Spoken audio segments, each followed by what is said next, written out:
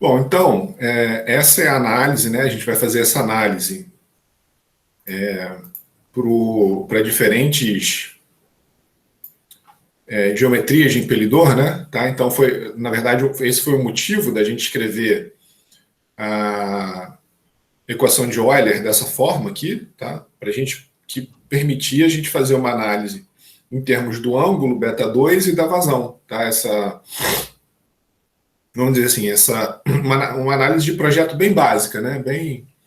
Bem simples. Então a gente consegue entender por que algumas bombas, né? A gente vai ver que preferivelmente ela tem essa configuração pá para trás e por que, né? Isso. Mas o que acontece? Mas existem, né? Por exemplo, se você abrir a bomba da máquina de lavar roupa de vocês aí, ou essas bombas de piscina de plástico, que são bem simplesinhas, né? Essa configuração aqui é mais barata. Então, ela normalmente é usada em algumas aplicações, né? Então, tem alguns impelidores de plástico aí que são dessa forma aqui. Não quer dizer que não se usa. E ela tem essa característica. Em função da vazão, o head não varia, tá? Por causa dessa... e aí a gente viu isso matematicamente, né? Cotangente beta 2 que o beta 2 aqui é 90, né? Então a cotangente é zero. E aí, do ponto de vista físico, o que acontece é que nesse caso aqui, ó, a velocidade tangencial, quando o beta 2 é 90, a velocidade tangencial vai ser igual a U. A gente vai ver por que no próximo slide. E aí, vamos passar aqui de uma vez, né? É o seguinte, ó. Nesse caso aqui do impelidor radial, essa daqui é a configuração. Por quê? O que acontece é que, se vocês lembrarem, né, à medida que o impelidor gira, o fluido sai tangenciando o impelidor. Se o beta 2 é 90, o fluido sai a 90 graus e a velocidade relativa vai coincidir com o VN2. Tá? E nesse caso aqui, né, o VT2 vai ser o próprio U. Então, o VN2 é o W, né, a velocidade relativa, e a velocidade tangencial é o U, tá? Por causa da geometria do impelidor, tá certo? Se a gente aumentar a vazão, lembra que a única componente responsável pela vazão é a VN2. Se eu aumentar a vazão, o triângulo de velocidade fica assim, ó, eu puxo para cima o triângulo de velocidade, mas eu mantenho a rotação constante, então o U e o VT2 não variam. Então o V2 vai estar dessa forma aqui, né? Então, e como o VT2 é o único responsável pelo torque, né? Pelo head ou pela potência, finalmente. Então, não importa se eu variar a vazão, o torque não varia, o head não varia, né? A energia fornecida para o fluido não varia, tá? Certo? Então, a gente fez uma análise aqui atrás, matemática, né? Em cima da equação de Euler, vamos dizer assim, né? Claro que aqui tem física, né? Claro que essa equação veio de considerações trigonométricas e tudo mais. Mas a questão é essa daqui, né? O VT2 não varia para uma bomba com um impelidor radial, tá? Quando o impelidor tem essa configuração aqui, né? Tá?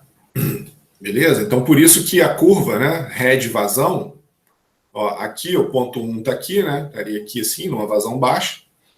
E o ponto 2 estaria aqui numa vazão mais alta. Ó. Eu aumentei o VN2 aqui, tá?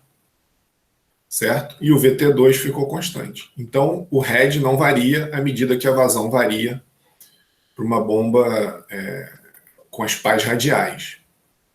Beleza? Quando a gente vem na configuração pá para trás, que é essa que está mostrada aqui, né? O impelidor girando nesse sentido, a pá está indo para trás ali, né? Então a velocidade 2 relativa ali, né? A velocidade absoluta e a velocidade de rotação. O que acontece? Por que o head cai à medida que a vazão sobe? Porque o beta 2 é menor que 90. A cotangente de beta 2 é maior que zero. Certo? Se o beta 2 é menor que 90, a cotangente é maior que zero. E o C2, então, Desculpa, é o contrário, né? Beta 2 menor que zero. Ah, não, tá certo. O C2 é isso mesmo, né? Não. Calma aí, galera. Estou enrolado aqui, peraí. Então, beta 2 menor que 90. A cotangente é maior do que zero, é isso mesmo. Então, C2 vai ser maior do que zero. Então, isso daqui, de fato, é uma subtração. É isso. Então, de fato, certo? Então, a cotangente vai ser maior que zero, para beta 2 menor que 90. Então, à medida que a vazão aumenta, né, esse termo aqui vai sendo subtraído, tá? Porque o C2 é maior do que zero quando o beta 2 é menor que 90. Tá? Beleza? Então, esse cara aqui, de fato, vai sendo subtraído. Então, à medida que eu aumento a vazão, eu estou subtraindo mais, né? Estou subtraindo um termo maior aqui, né? Certo? Então, C2Q vai ser subtraído de C1 à medida que a vazão aumenta. E aí, é por isso que à medida que a vazão aumenta aqui, ó, o head vai diminuindo, tá? Beleza? E isso cai de forma linear nesse caso. A gente vai ver que não é linear, né? No caso real, isso daqui é ideal, né? A gente ainda não colocou nenhuma perda ainda. Então tá aqui, ó, seria um impelidor mais ou menos com essa configuração aqui, tá? E, claro, né, a velocidade de rotação, ou a velocidade angular, né? Ela estaria nesse sentido aqui, ó, tá? Para se configurar para trás, certo? Então, de novo, né, essa é uma análise matemática em cima de uma equação que, claro, né, por mais que ela tenha vindo de argumentos geométricos, né, e do teorema do transporte de Reynolds, a gente sempre pode fazer uma análise mais, vamos dizer assim, mais física, né? Olha o que acontece quando a vazão aumenta numa configuração pá para trás. A configuração pá para trás é essa daqui, né? O triângulo de velocidade de uma configuração pá para trás é essa daqui de cima, numa certa vazão num ponto 1 aqui, né? Então, aqui o VN2 aqui significa saída, tá? Mas é no ponto 1 aqui, né? Tá? Certo? O que acontece quando eu aumento aqui, ó, eu tenho essa magnitude de velocidade VN2 que está relacionado com a vazão, lembra? O que é o PR2W VN2, tá? Aqui é a área, né? Certo? Isso daqui é a área. Isso daqui é a velocidade. Então, a gente tem, né, metro quadrado vezes metros por segundo, metro cúbico por segundo. Então, aqui a vazão volumétrica se relaciona com VN2. Então, se eu aumentei aqui, ó, observa que a magnitude aumentou. Mantendo a velocidade de rotação constante, né? O que acontece com o triângulo de velocidade? Olha só, puxei esse cara para cima, mantive o 2 constante, né? Então, aqui está tudo na mesma escala, né? Certo? Então, o triângulo de velocidade adquire essa configuração aqui no ponto 2, ó, de vazão maior. Olha o VT2 como é que diminui, ó. Tá? Então, quando eu aumento a vazão na configuração pá para trás, eu vou diminuindo o head. Beleza? Essa é a característica de uma bomba operando, que tem a configuração pá para trás, operando em diferentes vazões, certo? Lembra que a curva radial não variava o VT, né? Então a característica, né, a curva de uma bomba. E aqui também, né, a gente até uma outra coisa muito importante, né, muito interessante desse gráfico, é que a gente entende aqui por que a vazão e head estão intimamente relacionados com uma bomba centrífuga, né? Porque a velocidade, né, o head, como o princípio de funcionamento desses dispositivos se baseia basicamente na variação da magnitude e direção do vetor velocidade, à medida que você muda a vazão, você está mexendo na configuração do vetor velocidade, você está mexendo na configuração do head também, consequentemente. Tá? Porque esse é o princípio de funcionamento desse tipo de dispositivo. Por isso, que aqui, por exemplo, né, nessa bomba aqui, ele é tão sensível, né, para trás ele é tão sensível, por isso que o head, ou a pressão, se você quiser, né, é tão sensível à variação de vazão. No caso da bomba da configuração radial, como a gente não tem essa mudança drástica do VT, aí ela fica constante. tá? Mas a configuração pá para trás, que é a mais utilizada em bombas centrífugas, ela fornece essa variação muito importante, né, do head contra vazão, tá? Beleza? Por isso que não é constante, né, como na bomba de deslocamento positivo, porque muda muito drasticamente o vetor velocidade, a configuração do triângulo de velocidade, né? E basicamente a magnitude aqui do VT, né, diminui. Então por isso que a gente tem essa curva característica aqui, né, das bombas centrífugas, que não acontece na bomba de deslocamento positivo, tá? Beleza? Caramba, eu mudei ontem esse slide aqui, não sei por que não mudou. Eu não gostei dessa figura, deixa eu ver aqui. Ah, tá aqui, ó. Acho que eu não apaguei, é o mesmo slide. Deixa eu dar licença rapidinho, galera, porque eu não gostei dessa figura aqui, ó. Ela ficou muito menos representativa do que essa daqui. Talvez eu até coloque essa daqui lá no começo também, ó.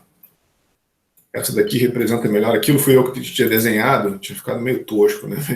Meio esquisito. Aqui, ó, só está representando, ó, só para. É uma outra maneira, talvez isso daqui já pudesse ter sido apresentado lá no primeiro slide, né?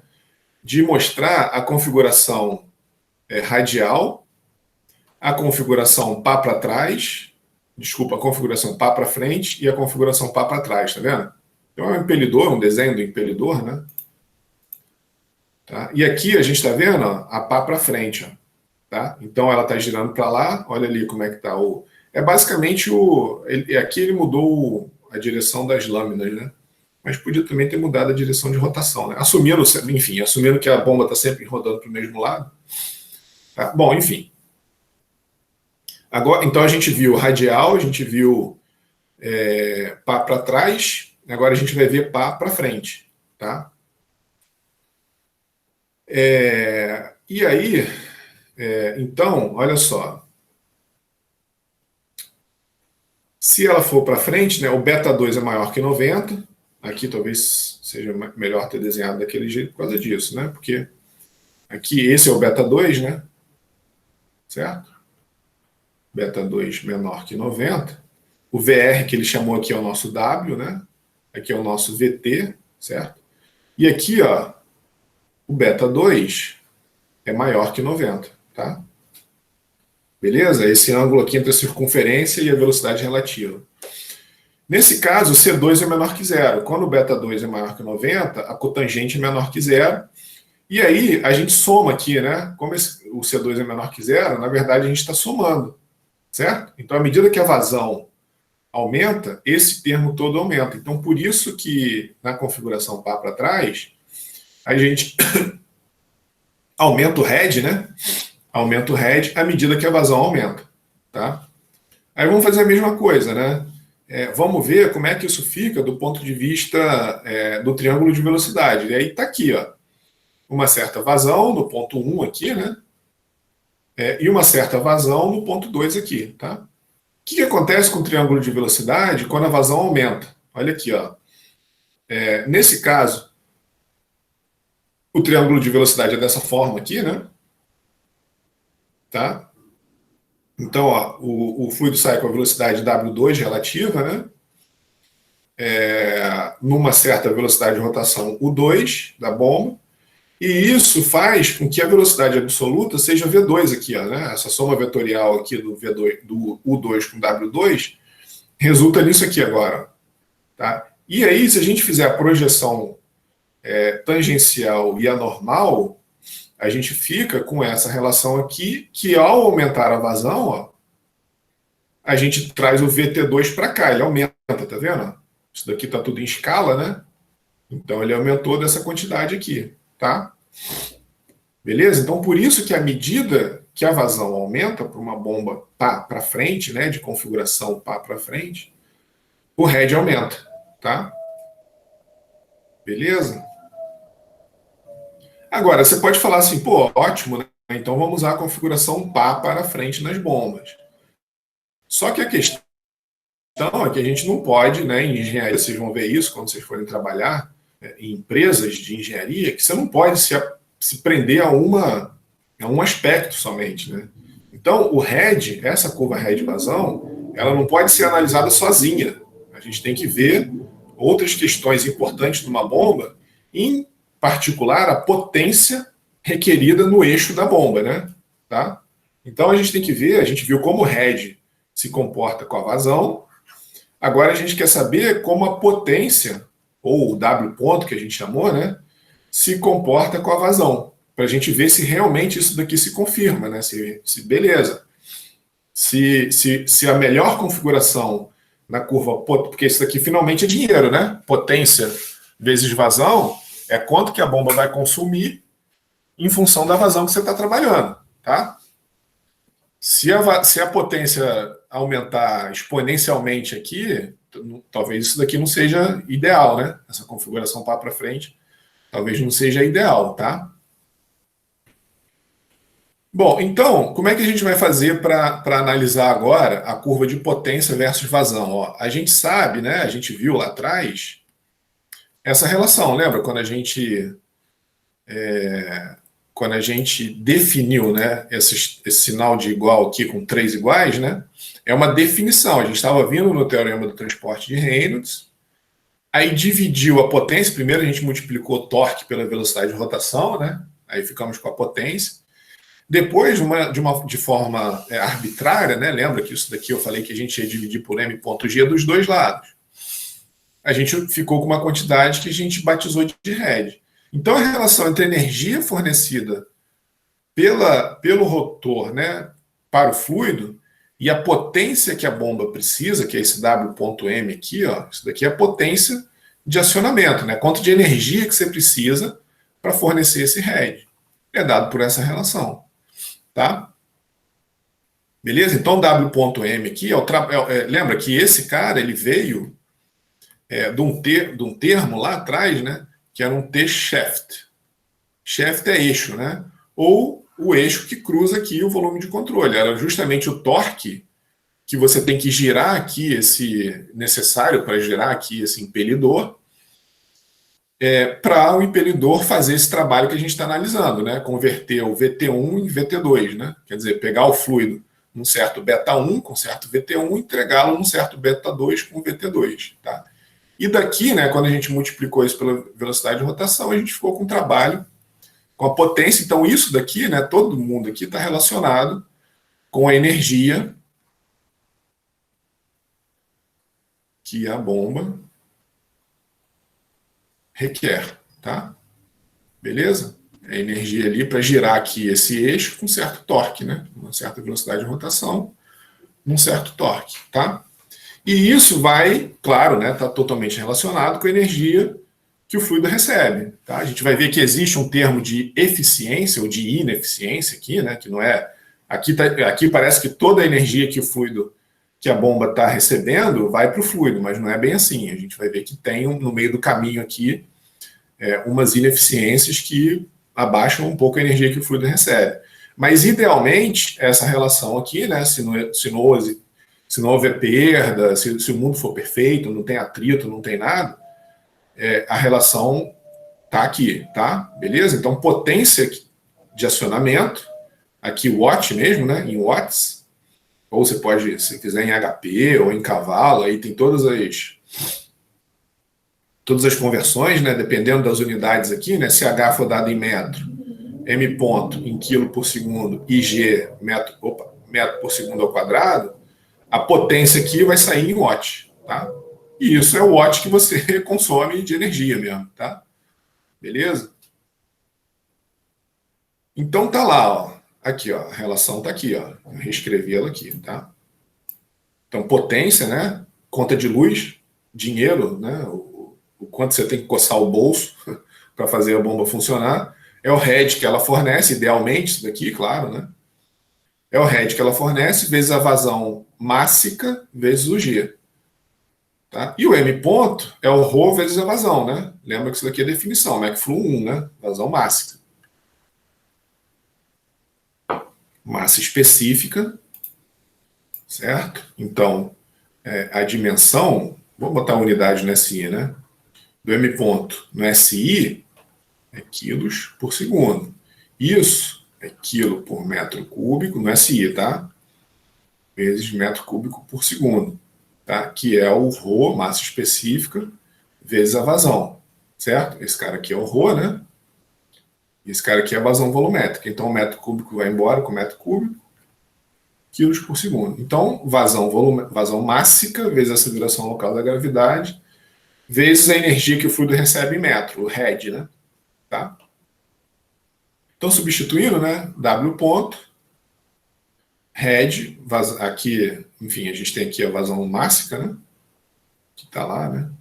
H vezes o G. Mas a gente acabou de definir o H em função da vazão e de toda a geometria do fluido dessa forma, lembra? A gente acabou de trabalhar nisso aqui, né? Então, a gente estava fazendo toda essa análise com essa relação, né? Acabamos de ver isso, que eu fiz essa demonstração com a trigonometria ali do triângulo de velocidades e a equação de Euler, né?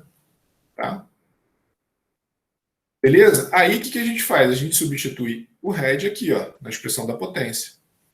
Então observa que agora, se o head aumenta de forma linear, a potência aumenta de forma quadrática com a vazão. Tá vendo? O head é linear, ó. Tá? Então linear, e esse cara aqui é quadrático, tá? Beleza? Então essa curva head vazão aqui é sempre linear, né? Ó, tá? Então pá para frente, radial e pá para trás. Todas as relações ideais, né? Lembra? Linear, ideal. A gente ainda não está falando de perda aqui, né? Então esse gráfico aqui é ideal, tá? A gente vai ver como é que funciona com as perdas. Agora vamos ver, então, a gente viu, né? Para esse cara estar aqui, né? Vamos fazer esse gráfico agora. Vamos ver como ele se comporta. Olha só.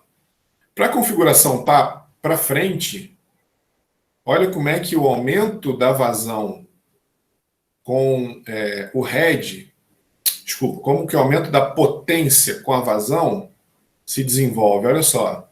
Como essa relação aqui é quadrática, né? Lembra que o C2 para o beta 2 maior que zero, a cotangente é menor que zero, e esse cara aqui soma, né? Tá? Então, nesse caso aqui está somando, por isso que ele vai crescendo.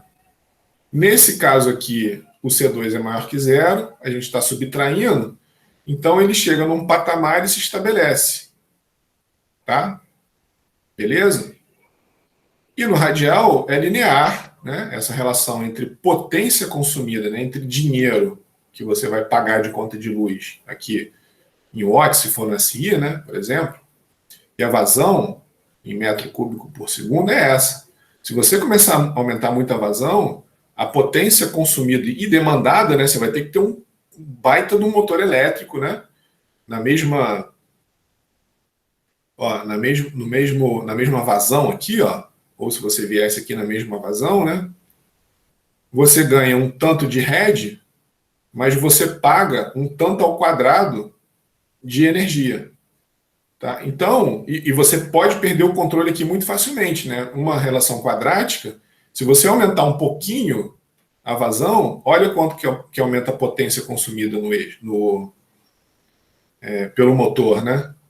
Então, isso daqui facilmente pode degringolar, né? Você pode perder o controle aqui de consumo de potência. Isso daqui, se for um motor elétrico, ele vai ter que fornecer essa potência. Se for um motor de combustão interna, o que quer que seja, ele tem que estar pronto para ter essa variação de potência aqui. Tá? Ao passo que uma configuração pá para trás, a variação é bem mais suave, né? Tá? Você aumenta a vazão, tudo bem que você não ganha tanto de head, mas pelo menos você tem um controle melhor, você não perde o controle ali das coisas, né? Tá? Então é mais fácil de ter um controle nesse caso aqui, ó, da pá para trás. Então esse é um motivo, né? E além disso, ó, a outra questão é a seguinte: olha só, na mesma vazão, ó, olha como que a velocidade tangencial da configuração pá para frente é muito maior do que a configuração pá para trás. Isso é óbvio, né? A gente viu aqui que o head é maior para a configuração pá para frente. Isso daqui tem alguns problemas, né? Não é tão simples assim. Então você precisa. Lembra que depois que esse vetor, que a gente tem aqui o impelidor, né? E aí ele sai para a carcaça.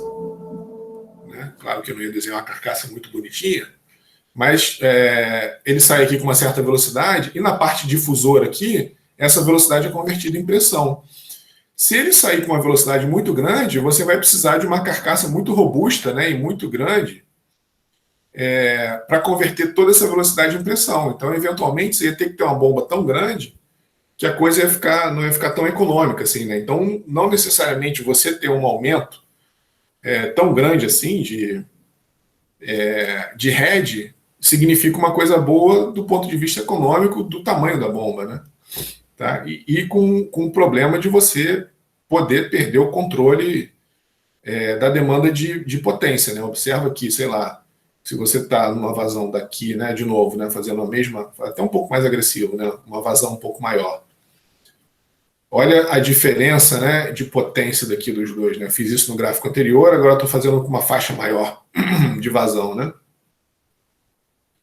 Tá? E a outra questão é que quando você tem um caminho para o fluido percorrer assim, ó, ele é muito menos, é o que ele está falando aqui, né? Quando você tem a configuração para frente, você tem uma condição mais instável de deslocamento do fluido aqui, ó. Você pode ter mais uma formação de turbilhões e de turbulência mais facilitado do que quando ele passa por um caminho mais suave, assim, entendeu? Tá? Então ele sofre uma mudança drástica de curvatura, levando a turbulências, entendeu? Então a turbulência aqui, nesse caso, para frente, o que não é muito bom, né? Quanto mais suave for o caminho do fluido pela bomba, melhor. Por isso, essa configuração beta 2 menor que 90, né, ou pá para trás, ela é a preferida na medida do possível, né? E na prática, esse ângulo é de 14 a 50 graus. A configuração radial ela é mais simples de manufaturar e pode também lidar com sólidos melhor. Então, tem algumas questões práticas de uso da configuração radial, né? O que eu falei. Então, a bomba da máquina de lavar roupa, que é uma coisa relativamente barata, ela é feita de plástico e tudo mais, eu tinha uma aqui. Teve um período que eu mostrei, mas está guardado, vai ser difícil de achar. Mas essa configuração aqui, eu tirei da minha máquina de lavar roupa e guardei para mostrar para vocês, né? Que ela é assim, exatamente, pelo menos a da minha, né? Não sei se ela não é de metal, né? Como está mostrado aqui, nessa configuração aqui, ó, a que eu tenho aqui em casa, ela é de plástico, mas ela é exatamente dessa forma aqui, ó, de uma máquina de lavar roupa. E uma dessas de piscina de plástico, nessas bombinhas bem sem vergonha de piscina de plástico, ela também é assim. Então é uma configuração barata de se fazer, tá? Onde a gente tá? Aqui, eu acho. Certo? Beleza? Então, de novo, né? Vocês têm que sempre tomar cuidado. Na medida do possível, tem que analisar todos os aspectos envolvidos no processo. Mas se vocês abrirem uma bomba centrífuga, de forma geral, vocês vão ver essa configuração para trás na bomba centrífuga, tá? Beleza? E aí, ó, aí é só uma questão prática, já para desmentir isso que eu falei, vamos dizer assim. Não é desmentir, mas mostrar que existem outros aspectos, né? O ventilador, isso daqui é um ar-condicionado split, isso daqui é como é o ventilador do ar split, né? E isso é um ar de janela, né? Os mais antigos. Então, ele é um ventilador desse tipo aqui, né? É um ventilador que ele é centrífugo, né? O ar entra, ou ele é radial, né? O ar entra aqui e sai nesse sentido. Então, ele basicamente, o princípio de funcionamento desses ventiladores, eles seguem a equação de Euler, né? Porque a gente está mudando a direção do vetor velocidade, está induzindo o vento aqui pelas pás do ventilador. E aí, o que acontece é que se você ligar o motor desse ventilador, você vê que, na verdade, a configuração dele é para frente. Você fala, pô, mas eu aprendi lá em máquinas de fluxo que essa configuração aqui não é a melhor. Mas olha só o que acontece. Ó. Nessas condições aqui, ó, para espaço limitado e baixa pressão, que, na verdade, esses dispositivos não precisam aumentar muito a pressão, só deslocar o fluido, né? E altas vazões, nenhum outro dispositivo tem um nível de ruído tão baixo. Tá? Então, nenhum outro ventilador centrífugo produz maior vazão e trabalha tão silenciosamente para essa faixa de pressão. Né? Então, por isso que se você ligar, ele vai rodar assim. Ó, tá? Esse vai rodar assim, esse vai estar rodando assim. Tá? Então, ele está na configuração pá para frente por causa da questão do ruído. Tá? Então, essa é a questão. Né? De novo, sempre que, na medida do possível, sempre que vocês forem fazer uma análise de engenharia, vocês têm que pensar em diversos aspectos. Aqui, por exemplo, no caso do ventilador, é o ruído, né? O ventilador de ar-condicionado, né? Para o ruído ficar baixo, tá? Beleza? Alguma dúvida aí, galera, nessa discussão? A gente vai fazer um exercício agora, né? Englobando alguns dos aspectos que a gente viu.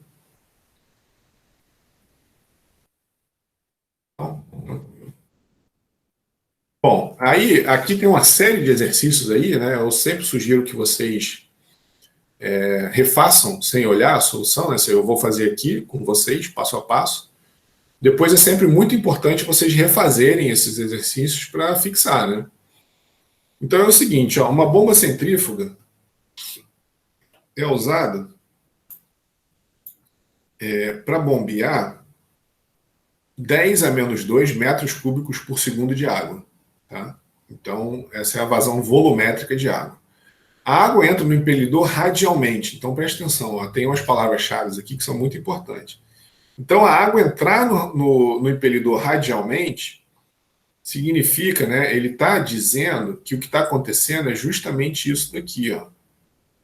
Essa configuração que eu mostrei para vocês da pá radial, tá? Não necessariamente a pá é radial, mas na entrada ela não tem componente tangencial. Então, quando a entrada é radial, isso daqui a gente está vendo a saída, né? Aí só imagina que é um e um, né? A entrada radial significa que na entrada a configuração é essa daqui. Não significa que ao longo da pá vai se manter assim radial, tá? É só que na entrada a configuração obtida zera a componente. Na verdade, acho que é até melhor mostrar esse daqui, ó. Deixa eu mostrar uma outra configuração aqui. Aqui, ó. Observa o seguinte.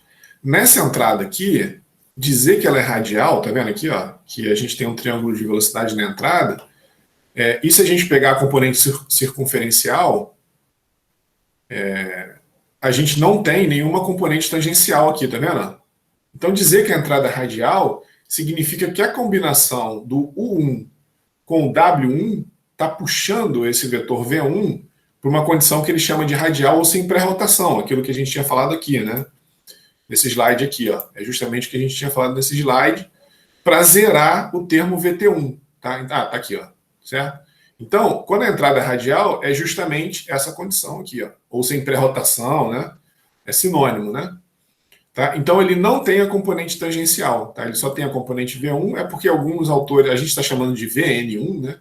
Mas alguns autores chamam de VR. Tá? Então, seria a componente, uma condição de entrada radial ali ou sem pré-rotação. Tá? Então, observa que ele está falando do impelidor aqui, né? Tá? Então, a água entra no impelidor, né? Radialmente, pela entrada aqui, ó, de 0,3 centímetros, né? Diâmetro de 3 centímetros aqui, ó. Aqui ele está mostrando o volume de controle, né? Fixo aqui, né? Em torno do impelidor, né? E ele está falando que a velocidade de entrada é axial e uniforme. Aí, aqui ele está falando dessa condição aqui, ó. Para a gente conseguir calcular a vazão volumétrica ou a vazão mássica, né, de forma simples. Aqui ele está se referindo a isso. E quando ele diz que o impelidor tem a entrada radial, ele está dizendo que a combinação do U1 com o VT1 aqui, ó, com o W1, desculpa, está puxando, né, o V1 aqui, ó, para uma condição, né, então essa entrada radial é isso daqui, ó. Não tem VT1, certo? VT1 igual a zero, então V1 igual ao VN1, tá? Beleza? Porque aí a gente fica com o 2 VT2 sobre G, que é igual ao head, né? Tá? Beleza? A gente não precisa subtrair, né? A gente não precisa subtrair o termo U1 VT1 sobre G, ou seja, a gente tem uma condição ideal aqui em termos da geometria na entrada, né? Não significa que ela seja radial da entrada até a saída, tá? Pode ser que seja, pode ser que não. Vamos ver aqui o que ele diz, tá? Ele está dizendo que o diâmetro externo do impelidor é de 0,1 metros, né? Então, esse diâmetro aqui, né? Tá? E o fluido sai do impelidor na velocidade VR2 aqui, ó. Então, VR2 igual ao nosso VN2, né? N de nariz, tá? VN2, tá certo? Então, ele já está dando a velocidade radial ou a velocidade normal, né? Lembra que a gente relaciona isso com a vazão, né? Só multiplicar pelo π, pelo R2 e pelo W, aqui ele está chamando de B2, né? Pelo B2, tá? Então, assim que a gente relaciona a vazão com VN2, tá? Beleza? Relativo às lâminas, né? Que são radiais, que a lâmina é radial na saída, tá? Então, a saída também é radial, o VR2 aqui vai ser igual ao V2, né? Então, a gente já sabe aqui da informação, né? E o U2 vai ser igual ao VT2 aqui, né? Tá? Então, essas são as informações que a gente tira do enunciado, tá? Então, a velocidade de rotação é de 3.450 RPM, e ele quer saber o B2 aqui, né? Qual é a espessura da lâmina aqui, B2, o torque, né, necessário para funcionar esse dispositivo, a potência e qual o head que esse impelidor está fornecendo, o head ideal, né? Tá? E aí, ó, partindo lá do teorema do transporte de Reynolds, né? Aqui eu estou relembrando, né? Da onde que a gente partiu. Isso daqui foi para o regime permanente, desprezando o torque de força de corpo e de força de superfície, né? A gente chegou nessa relação e a gente, pela condição da entrada radial, né? Lembra que ele entra radialmente. Então, o VT é zero, né? Então, esse produto vetorial aqui foi embora. Então, a gente só fica, e aí já assumindo que tudo é uniforme, né? A gente tira todo mundo da integral e fica com essa relação aqui para a equação de Euler, né? Que, no fim das contas, a gente vai chegar na que a gente viu anteriormente, né? VT2, o 2 sobre G, tá? Que aí deu origem a isso. Aqui é o torque, né? Aí a gente ainda tem que multiplicar pela velocidade de rotação e aí chega nessa relação, né? Então, só lembrando aonde que a gente partiu para chegar na equação de Euler, né? Tá? E a continuidade aqui, ó. Tá? Essa equação da continuidade, que no fim das contas, né, M ponto é ρ VA, quando a gente tem o escoamento uniforme, né, em regime permanente, a vazão mássica se torna M ponto igual a ρ VA. Então a continuidade, né, ela diz que a vazão mássica na entrada, aqui em 1, ó, tem que ser igual à vazão mássica na saída, né? Certo? Como o escoamento é incompressível, a gente pode simplificar para a vazão volumétrica, né? Bom, como é que a gente determina o B2 aqui, ó? Ele quer saber o B2. Então, ele deu, ó, a vazão volumétrica, tá vendo aqui, ó? Certo? 10 a menos 3 metros cúbicos por segundo. Se eu multiplicar pela massa específica da água, eu tenho a informação da vazão volumétrica, da vazão mássica, desculpa. Certo? Quer dizer, como o escoamento é incompressível, eu nem precisaria aqui, né? Eu poderia só dizer que o Q é dado por essa relação aqui, né? Não precisava vir pelo M ponto, mas tudo bem, só para ficar mais geral, tá? Beleza? Então essa relação aqui, ó, foi até a que eu escrevi aqui atrás já, ó. Aqui, ó.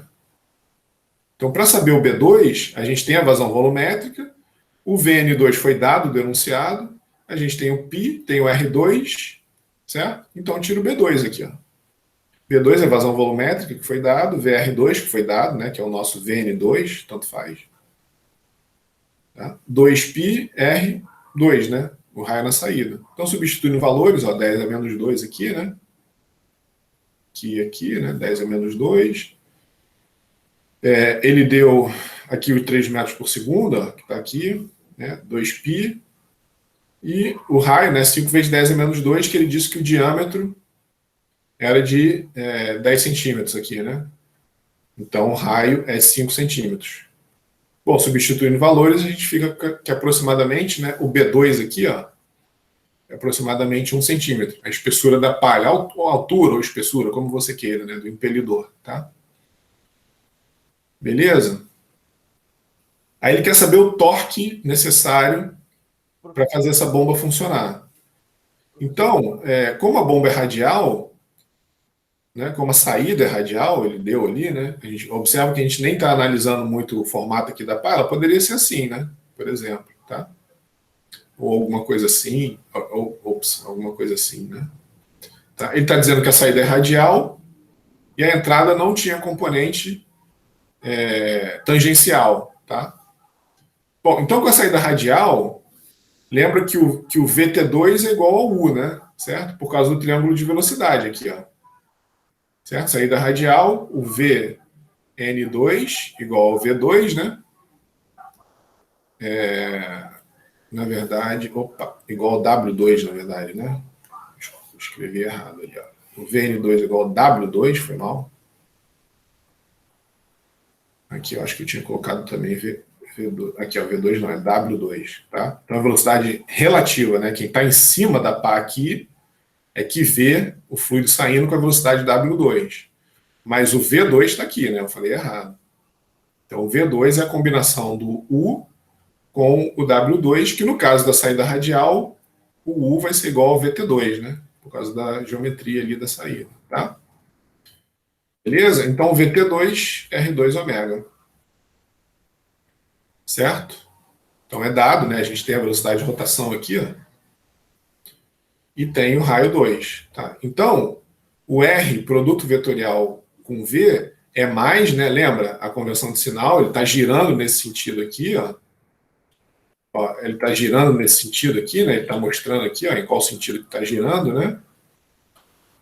Está girando para lá, certo? Então o R, então aqui nesse caso, né? O positivo é para dentro da tela.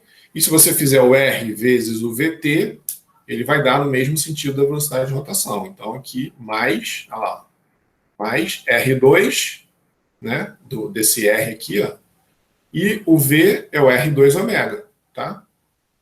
E mais, beleza? E a gente tem, né, ele fez aqui, ó, primeiro esse cara, né? E agora, esse outro termo aqui é o termo da vazão mássica, né? ρVA, tá? Beleza? Então a gente tem já a vazão volumétrica, né? O M ponto, só multiplicar pela massa específica, certo? E aí substituindo, a gente fica com R2 ao quadrado, ômega M ponto positivo, né? Então é uma bomba, ele está recebendo, né, pela nossa convenção de sinal, o volume de controle está recebendo esse torque, tá? Então R2 ao quadrado, ômega M ponto. Então só substituir, né? R2 ao quadrado dá 25 vezes 10 a menos 4. Lembra que o R2 é 0,5 vezes 10 a menos 2, né? Porque o D2 é 0,1 metros, tá? O diâmetro é 0,1, o R2 é 0,05, o R2 ao quadrado é 25 vezes 10 a menos 4.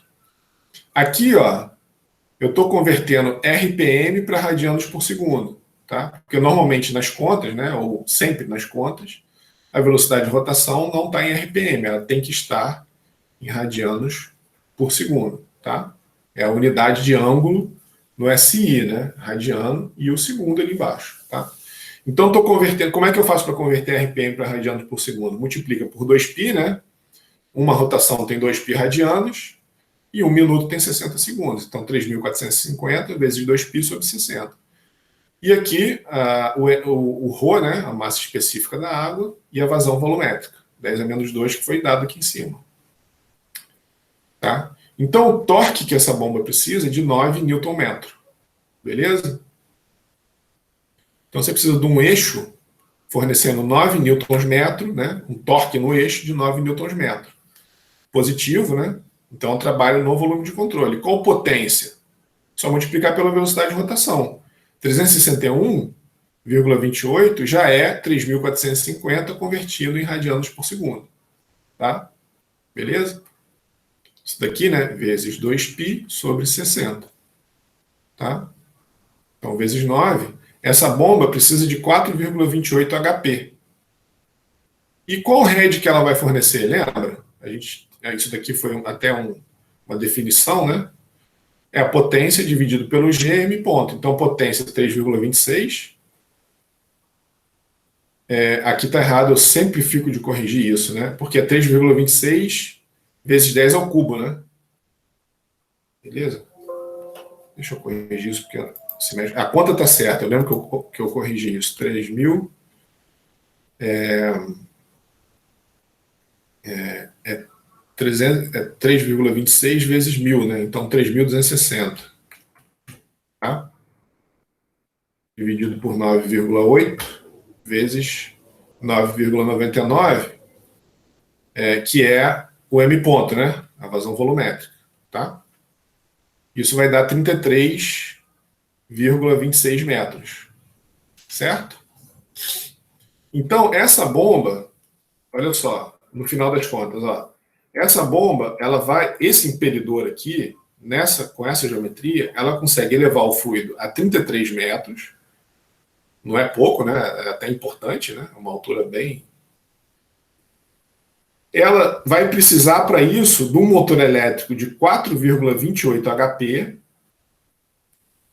funcionando a 3.450 RPM. Então, aí você tem que ir lá para o fabricante de motor elétrico e falar: olha, eu tenho uma bomba que para desenvolver o trabalho que eu quero que ela desenvolva, eu preciso de um motor elétrico de 4,28 HP que forneça um torque de 9 Nm, né? Na verdade, aí as coisas já estão amarradas, né? Velocidade de rotação, torque e potência. Mas você pode dizer também para o seu fabricante, né, de motor elétrico o seguinte: olha, eu preciso de 9 Nm funcionando, um torque, né, um motor elétrico que tenha máxima eficiência a 3.450 RPM e que nessa rotação de 3.450 RPM ele me dê 9 Nm. Tá? Certo? Porque o motor elétrico também tem sua eficiência, né? Você tem aqui o seu motor elétrico, não sei como é que desenha um motor elétrico, mas talvez de lado, né, um bujãozinho assim, cheio de ranhurazinha, né? Um motor elétrico e aqui o torque, o eixo. Então, ele vai consumir uma certa potência elétrica, né? Ele é ligado na rede, e aqui, ó, ele vai fornecer um torque vezes velocidade de rotação, que é a potência de eixo, certo? Você está especificando isso aqui, ó. Você quer no eixo isso. Mas quanto que ele vai consumir? Se ele for muito ineficiente, ele vai precisar de, sei lá, 5 HP elétrico aqui, né? Ou, sei lá, 4 kW, para te fornecer aqui na ponta do eixo 3,26. Entenderam? Por isso que eu estou falando, você tem que virar para um fabricante de motor elétrico e falar: olha, eu quero a 3.450 RPM. Eu quero que um motor elétrico que tenha máxima eficiência 3.450 RPM e nessa velocidade de rotação ele me forneça 9 Nm. Tá? No eixo. E ele vai te oferecer que o consumo dele seja um pouquinho maior que isso. Porque tem as ineficiências, atrito e tudo mais ali dentro. Entenderam? Essa questão? Então você quer a potência no eixo, mas o motor elétrico, quando você ligar lá na tomada, claro que ele vai consumir mais do que 4,28 HP. Tá? Beleza? E a gente vai ver também, né, de novo, né, que no fundo, a gente está fazendo essa relação direta aqui, ó, entre potência do eixo, isso daqui é a potência do eixo, e aqui a energia cedida para o fluido. A gente está fazendo uma igualdade, não é, né? Claro que essa energia aqui de 4,28 HP não vai se transformar em 33 metros, vai ser um pouquinho menor, vai ser 30 metros, sei lá. Por causa das ineficiências que acontecem quando o fluido passa pelo impelidor, tá? Beleza, gente? Bom, 10:01, desculpa aí, ontem eu passei um pouquinho, hoje também. Alguma dúvida aí? Então a gente termina a aula aqui. Alguma pergunta, alguma dúvida? Professor, Fala.